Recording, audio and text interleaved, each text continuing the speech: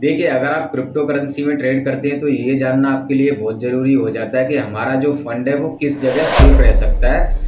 तो दो तरह के एक्सचेंज होते हैं, पहला होता है सेंट्रलाइज, दूसरा होता है डिसेंट्रलाइज। ठीक है, अगर आप अपना फंड सेंट्रलाइज एक्सचेंज पे रखते हैं तो आपके फंड का जो पूरा कंट्रोल होता है वो पूरा कंट्रोल जिसका ओनर है उसके हाथ में रहता है, उस पर आपका कोई कंट्रोल नहीं रहता है। वहीं अगर बात करें डिसेंट्रलाइज की, तो डिसेंट्रलाइज एक ब्लॉकचेन पे काम करता है। उधर अगर आप अपना अकाउंट खोलेंगे तो उधर आपको की दे दी जाएगी, उस की से ही आप एक्सेस कर सकते हो।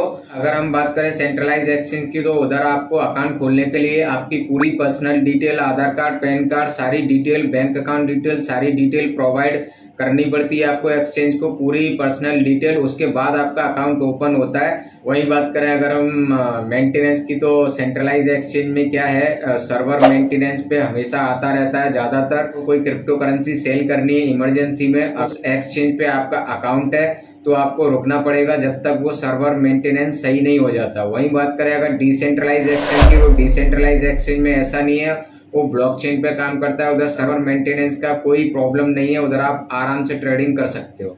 सेंट्रलाइज एक्सचेंज हैक किया जा सकता है, वो इसलिए हैक किया जा सकता है क्योंकि ये एक ओनर के हाथ में रहता है, यहाँ हैक होने के चांसेस ज्यादा होते हैं। वही बात करें डिसेंट्रलाइज, तो वो ब्लॉकचेन पे आधारित है, वहाँ हैक होने का कोई गुंजाइश। सेंट्रल एक्सचेंज आप बहुत आसानी से यूज कर सकते हो। वही डिसेंट्रलाइज की, तो डिसेंट्रलाइज थोड़ा टफ है, डिफिकल्ट है स्टार्टिंग में यूज करना।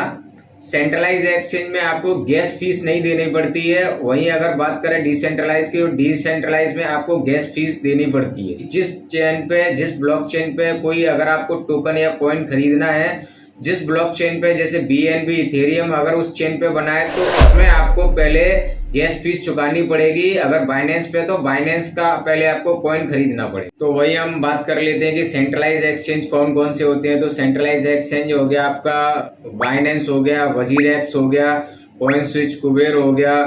ठीक है, इतने सारे एक्सचेंज है जो, और भी बहुत सारे एक्सचेंज है जो आपके सेंट्रलाइज होते हैं। अगर हम वही बात करें डिसेंट्रलाइज की, तो डिसेंट्रलाइज में आपका ट्रस्ट वॉलेट हो गया, मेटामास्क हो गया, यूनिसेफ हो गया, पैनकेक स्वैप हो गया। देखिए, अगर आप सेंट्रलाइज एक्सचेंज में वही टोकन और वही कॉइन खरीद सकते हैं जो उस एक्सचेंज पे लिस्ट हुए होंगे। अगर कोई नया टोकन है उस एक्सचेंज पे लिस्ट नहीं हुआ तो वहां से आप टोकन परचेस नहीं कर सकते। उसके लिए आपको डिसेंट्रलाइज एक्सचेंज पे आना पड़ेगा।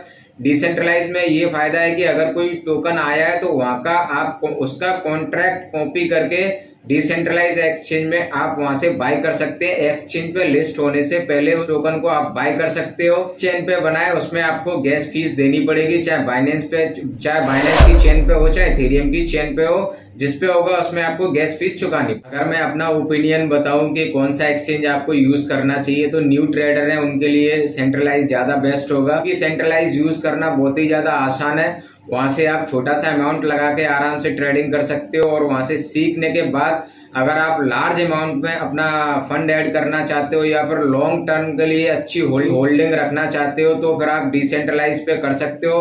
वहां आप आराम से होल्डिंग करके सेफ रह सकते हो, क्योंकि सेंट्रलाइज एक्सचेंज का कोई भरोसा नहीं है। मेन चीज ये होती है, जिस तरह से बैंक दिवालिया घोषित हो जाता है तो आपका पैसा फंस जाता है, वही सेंट्रलाइज एक्सचेंज में होता है। अगर आपने ज्यादा लार्ज अमाउंट लगा दिया और सेंट्रलाइज एक्सचेंज, अगर कोई सेंट्रलाइज एक्सचेंज में प्रॉब्लम आ गई या दिवालिया घोषित हो गया, तो आपका फंड है वही फंसा रह जाएगा।